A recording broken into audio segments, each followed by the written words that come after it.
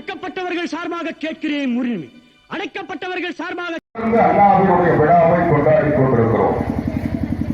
இன்றைக்கு அண்ணாவினுடைய விழாவை அனைத்து இந்திய அண்ணா திராவிட முன்னேற்ற கழகம் எழுச்சியோடு கொண்டாடுகிறது என்றால் அதற்கு என்ன காரணம்? இந்த கட்சியை ஏன் உருவானது? இன்றைக்கு சில நடிகர்கள் அரசியலுக்கு வருகிறார்கள், வந்து வந்து மறைந்திருக்கிறார்கள். சிலர் வருவதாக சொல்கிறார்கள், சிலர் வந்து கொண்டிருக்கிறார்கள், சிலர் வந்து விட்டார்களா வரவில்லையா என்று தெரியாத சிலர் இருக்கிறார்கள். அதை போல புரட்சி தலைவர் எம்ஜிஆர் அரசியலுக்கு வந்தார். 1972 அனைத்து இந்திய அண்ணா திராவிட முன்னேற்ற கழகத்தை உருவாக்கினார். எதற்காக உருவாக்கினார்? இன்றைக்கு வருகின்ற நடிகர்களை போல் நாளைக்கு முதலமைச்சர் ஆகலாம் என்று நினைத்து அரசியலுக்கு வந்தாரா? எதற்கு அனைத்து இந்திய அண்ணா திராவிட முன்னேற்ற கழகத்தை புரட்சி தலைவர் எம்ஜிஆர் உருவாக்கினார்? இந்த நாட்டில் இந்தியாவில் சுதந்திரம் கிடைத்தது. ஆனால் கிடைத்த சுதந்திரத்தை காங்கிரஸ் கட்சியை சார்ந்தவர்கள் நாங்கள் தான் சுதந்திரத்தை வாங்கி தந்தோம். அந்த வாங்கிய சுதந்திரத்தை எவருக்கும் தரமாட்டோம், நாங்கள் தான் வைத்திருப்போம் என்று அவர்கள் வைத்துக் கொண்டு அடிமைகளாக நாட்டை ஏழை எளிய மக்களை, உழைக்கின்ற மக்களை, விவசாயிகளை, சாதாரண சாமானியர்களை அடக்கி ஆலை அதிபர்களும் பண்ணை முதலாளிகளும் மட்டும்தான் இந்த நாட்டில் சுதந்திரத்தை பெற முடியும், அவர்கள்தான் ஆட்சிக்கு வர முடியும், அவர்கள்தான் சட்டமன்ற உறுப்பினராக முடியும், நாடாளுமன்ற உறுப்பினராக முடியும், அமைச்சர்களாக முடியும் என்ற ஒரு நிலையை காங்கிரஸ் கட்சி உருவாக்கியது. அப்பொழுதுதான் பேரறிஞர் அண்ணா அவர்கள் ஒரு சாதாரண சாமானியனாக அடுத்த வேளை உணவுக்கு பக்கத்தவனாக வழியத்தவனாக இருந்தவனை எல்லாம் ஒன்று திரட்டி இந்த நாட்டில் ஒரு புரட்சியை உருவாக்கியவர் பேரறிஞர் அண்ணா. அண்ணா இல்லை என்றால் இன்றைக்கு சாதாரண சாமானியர்கள் எல்லாம் அரசியலுக்கு வந்திருக்க முடியுமா? இங்கே இருக்கிற நம்முடைய ஒன்றிய கழகத்தினுடைய ஆற்றல் மிக்க செயலாளர் அருமையன் பெரியசாமி போன்றவர்கள், ராஜேந்திர ஜோதி போன்றவர்கள், கூத்தையா போன்றவர்கள், இவர்கள் எல்லாம் அரசியலை நினைத்து பார்த்திருக்க முடியுமா? இங்கே பேசுகின்ற அருமை சகோதரர் போஸ் அவர்கள் சொன்னதை போல நிலச்சுவாதாரர்களும் குறுநில மன்னர்களும் மட்டும்தான் ஆட்சியில் இருக்க முடியும். அந்த நிலையை மாற்றி இந்த நாட்டின் வாக்கு வங்கிகளுடைய பெருமையை நிலைநிறுத்தியவர் பேரறிஞர் அண்ணா. அன்றைக்கு 1967 பேரறிஞர் அண்ணா அவர்கள் உருவாக்கிய அந்த ஜனநாயக புரட்சி, அந்த மாற்றம் காங்கிரஸை வேறோடும் வேறு முன்னேற்றம் தமிழ்நாட்டிலிருந்து துடைக்கிறது. அன்றிலிருந்து இன்றைக்கு யாருடைய தொழிலாளர் உட்கார்ந்து கொண்டுதான் காங்கிரஸ் கட்சிக்கார் பாட முடியும் என்ற நிலையை உருவாக்கியவர் பேரறிஞர் அண்ணா. பேரறிஞர் அண்ணா அரசியலுக்கு வந்த போது இன்றைக்கு திராவிட முன்னேற்ற கழகத்தில் இருக்கிறார்கள். அரசியலை பற்றி பேசுவதற்கு அவர்களுக்கு என்ன யோகியதை இருக்கிறது என்பதை அண்ணாவின் விழாவில் அண்ணாவுடைய பெயரை அவர்கள் உச்சரிப்பதற்கு மறுப்பதற்கு என்ன காரணம்? இன்றைக்கு திராவிட முன்னேற்ற கழகம் மு.க. ஸ்டாலினுடைய அப்பன் கருணாநிதி விட்டு சொன்னா உருவாக்கியது யார்? பேரறிஞர் அண்ணா. இன்றைக்கு சொல்லுகிறார்கள் இந்தியை தடுத்து தமிழை வாழ வைத்தது கருணாநிதி என்று. எல்லா இடங்களிலும் கருணாநிதி பெயரை இன்றைக்கு சூட்டிக் கொண்டு கருணாநிதி நாடு தமிழ்நாடு என்று மாற்றிக் கொண்டிருக்கிறார். நான் கேட்கிறேன், திராவிட முன்னேற்ற கழகத்தில் எவனாவது சூடு சொன்ன மான ரோசம் இருந்தா மேல போட்டு அடுத்து பதில் சொல்லு. எங்களுடைய ஒன்றிய கழகத்தினுடைய ஆற்றல் மிக்க செயலாளர் பெரியசாமி மறுபடியும் கூட்டம் போல பதில் சொல்ல சொல்லுங்க. நாங்க தயாராக திராவிட முன்னேற்ற கழகம் இந்திய எதிர்ப்பு போராட்டம் நடத்திய போது முதல் போராட்டம் 1937 இந்தி திணிப்பை எதிர்த்து திராவிட முன்னேற்ற கழகம் களம் என்பது இந்திய எதிர்ப்பு போராட்டம் தமிழகத்தில் உருவானது 1937. இந்த மொழி போராட்டத்தில் பேரறிஞர் அண்ணா போராட்டத்தில் ஈடுபட்டு கைது செய்யப்பட்டு சென்னை மத்திய சிறையில் 6 மாதம் சிறையில் இருந்தார். தந்தை பெரியார் அந்த போராட்டத்தில் ஈடுபட்டு கைது செய்து பெல்லாரி சிறையில 9 மாதம் இருந்தார். திராவிட முன்னேற்ற கழகத்தில் எவனாவது இருப்பவன் பதில் சொல்ல வேண்டும். கருணாநிதி எங்கே இருந்தார்? எந்த சிறையில் இருந்தார்?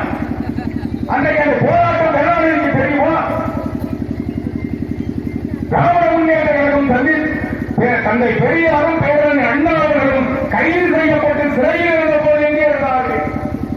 அன்றைக்கு ஒரு தாழ்த்தப்பட்ட சமுதாயத்தை சார்ந்த கருணாநிதியும் தமிழ் சமுதாயத்தை சார்ந்தவர் தாழமத்துவம் சிறையில் இருந்து சிறைக்கு சித்திரவதைகளுக்கு பிறகு மாண்டார்களே, அவர்கள் இறந்தார்களே. அது கருணாநிதிக்கு தெரியுமா? அன்றைக்கு கருணாநிதி இருந்தாரா? இந்திய போராட்டத்தில் இருந்தாரா? சிந்தித்து பாருங்கள்.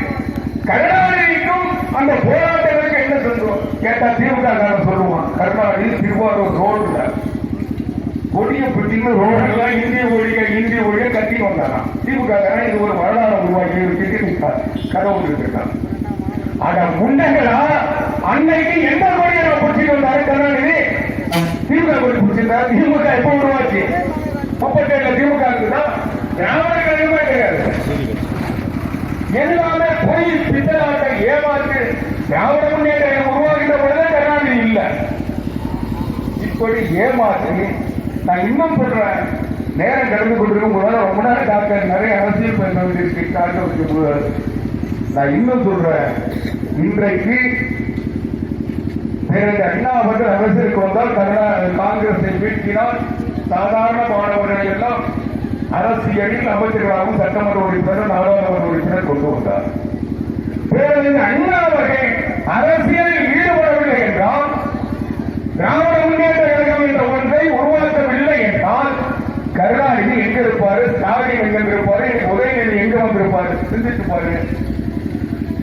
கருணாநிதி அந்த நிலை என்ன? அவங்க அப்பா முத்துவேல் என்ன பண்ணிட்டு இருந்தாரு? திருவாரூர்ல பட்டசுரத்துக்கு தாளம் போட்டிருந்தாரு. உண்மையா இல்லையா? கருணாநிதி என்ன பண்ணிருப்பாரு? இவர் கொஞ்சம் முன்னேறி ஏதாவது கூத்து நடத்திருப்பாரு. அது அவருடைய தந்தை வழியில கூத்து நடத்திருப்பாரு. உங்களுடைய வரலாறு என்ன? அண்ணா போட்ட பிச்சை அண்ணாவை நீங்கள் பின்பற்றியதால் இன்றைக்கு கருணாநிதி ஒரு மனிதனாக தமிழ்நாட்டில் தெரிந்ததை தவிர கருணாநிதிக்கு என்ன வரலாறு இருக்கு? திராவிட முன்னேற்ற கழகத்தில் அவர் 50 தலைவர்கள் ஒருத்தரா? பாருங்க, இங்க இந்த திருவாப்பாடியாக பாருங்க, ஏதாவது ஒரு போஸ்டர்ல அந்த திமுக போற ஒரு துண்டுப்புறத்துல அண்ணா படம் இருக்கா? ஆனால் அனைத்து அண்ணா திராவிட முன்னேற்ற கழகத்தின் கொடியில் அண்ணா, பேரில் அண்ணா. அண்ணா திமுக சொன்ன ஒவ்வொருவரும் அண்ணாவினுடைய பெயரை உச்சரிக்க வேண்டும் என்பதற்காக புரட்சி தலைவர் இந்தியா அவருடைய பெயர் மறையக்கூடாது, அவருடைய கொள்கைகள் சிதைந்துவிடக் கூடாது, அவர் நோக்கங்கள் அவர் கொண்டு வந்த திட்டங்களை இந்த நாட்டில் கிடைக்க வேண்டும் என்பதற்காக உருவாக்கிய கட்சி அண்ணா திமுக. அவருக்கு முதலமைச்சர் ஆவலும் நினைக்கிறேன். இங்க இருக்கிறவங்க எம்எல்ஏ ஆவாங்க, மந்திரி ஆகன்றதுக்கு அவர் பின்னால போகிற எல்லாம் இன்னும் கருணாநிதி மொழியில் சொன்னா விசிலடித்தான் குஞ்சு. இந்த விசிலடித்தான் குஞ்சுகளை வைத்துக் கொண்டு புரட்சி தலைவர் பிறந்த அண்ணா எப்படி சாதாரண மனிதர்களை வைத்துக் கொண்டு காங்கிரஸை வீழ்த்தினாரோ அதை போல இந்த விசிலடித்தான் குஞ்சுகளை வைத்துக் கொண்டு அன்னைக்கு எந்த தலைவரும் பின்னால வரல. புரட்சி தலைவர் இந்தியாவுக்கு பின்னால அன்னைக்கு ஒரு அமைச்சர் வரல. சாதாரணமானவர்கள் தொண்டர்கள் வைத்துக் கொண்டு விசிலடித்தான் குஞ்சுகள் என்று ஏரணப்படுத்தப்பட்டவர்களை வைத்துக் கொண்டு இந்த கட்சியை உருவாக்கினார். அப்ப அவர் சொன்ன வாசகம், அண்ணாவினுடைய பெயரை மறைக்கிறார்கள், அண்ணாவினுடைய கொள்கைகளை திட்டங்களை சிதைக்கிறார்கள். அண்ணா நம்மை உருவாக்கி அழகுபடுத்தினார், அண்ணா நம்மை அமைச்சராக்கினார், ஆளுகிற தலைமையை நமக்கு உருவாக்கி தந்தார். அந்த அண்ணாவினுடைய பிறந்த நாளை கொண்டாடுவதற்கு கருணாநிதி இன்றைக்கு அனுமதிக்கவில்லை. அதனால்தான் இந்தியா மன்றங்கள் சார்பாக அண்ணா பிறந்த நாளை கொண்டாடுகிறேன் என்று அன்றைக்கு என்ன சொன்னார்? திருக்கணிக்குளத்தில் இந்த கட்சியை உருவாக்குகின்ற பொழுது முதல் கூட்டம் 1972 அக்டோபர் 10ஆம் தேதி பேசுறாரு, 8ஆம் தேதி பேசுறாரு. 8ஆம் தேதி பேசுறது சொல்றாரு, அண்ணாவினுடைய சிலையை திறந்து வைத்துவிட்டு அண்ணாவினுடைய அனுமதியோடு பேசுகிறேன்.